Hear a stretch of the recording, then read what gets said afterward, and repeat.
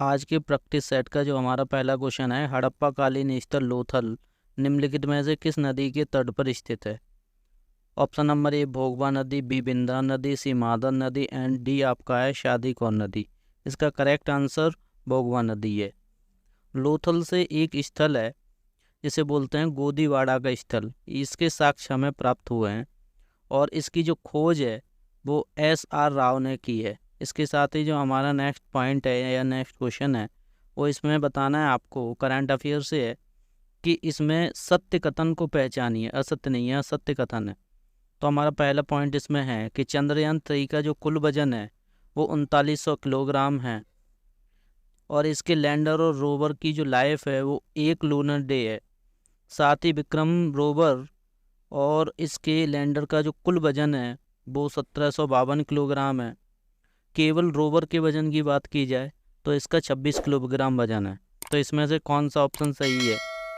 केवल एक, केवल दो, एक और दो, या एक, दो, तीन और चार? तो इसका जो करेक्ट आंसर है वो 1, 2, 3, 4, यानी कि इसके सभी ऑप्शन सही है।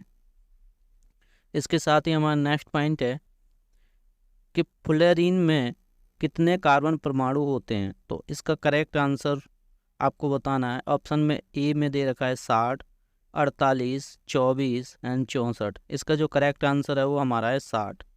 फ्लोरीन जो है वो कार्बन का एक अपर रूप होता है। इसके साथ ही इसमें 60 कार्बन परमाणु होते हैं। इसकी आकृति बिल्कुल फुटबॉल की तरह होती है, ये भी आपको याद रखना है। इसका दूसरा नाम बकमिनिस्टर भी बोला जाता है। इसके साथ ही जो हमारा नेक्स्ट क्वेश्चन है वो ये है कि निम्नलिखित में से कौन सा जीव भारत में प्राकृतिक रूप से नहीं पाया जाता? ऑप्शन ए चीता, ऑप्शन बी कृष्णग्रीव सारस, ऑप्शन डी है हमारा उड़न गिलहरी और डी है हमारा हिम तेंदुआ। तो इसका जो करेक्ट आंसर हमारा है वो है चीता। तो ये चीता जो है वो भारत में विलुप्त हो चुके हैं। आप बताएंगे कब हो गए? तो ये 1952 से विलुप्त माने जा रहे हैं। और अगर कृष्णग्रीव सारस की बात की जाए तो ये आपको जम्मू कश्मीर में देखने को मिल जाएगा। और उड़न जो छिपकली हैं इनकी लगभग 6 से 7 प्रजाति भारत में पाई जाती हैं।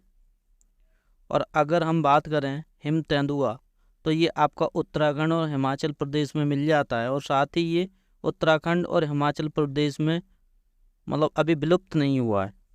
इसके साथ ही हम नेक्स्ट देखते हैं आपूर्ति, संग्रहण, वर्गीकरण, पृथक्करण, पुनर्संस्करण की 5 चरणों की जो प्रक्रिया है निम्नलिखित में से किससे संबंधित है? पहला है कंपोस्टिंग, नेक्स्ट इसका बी ऑप्शन है पायरोलिसिस, डी है ध्वनि रोधक और इसका डी ऑप्शन है प्लास्टिक पुनर्चक्रण। तो इसका जो करेक्ट आंसर वो डी है, प्लास्टिक पुनर्चक्रण से संबंधित ये सारे के सारे शब्द हैं।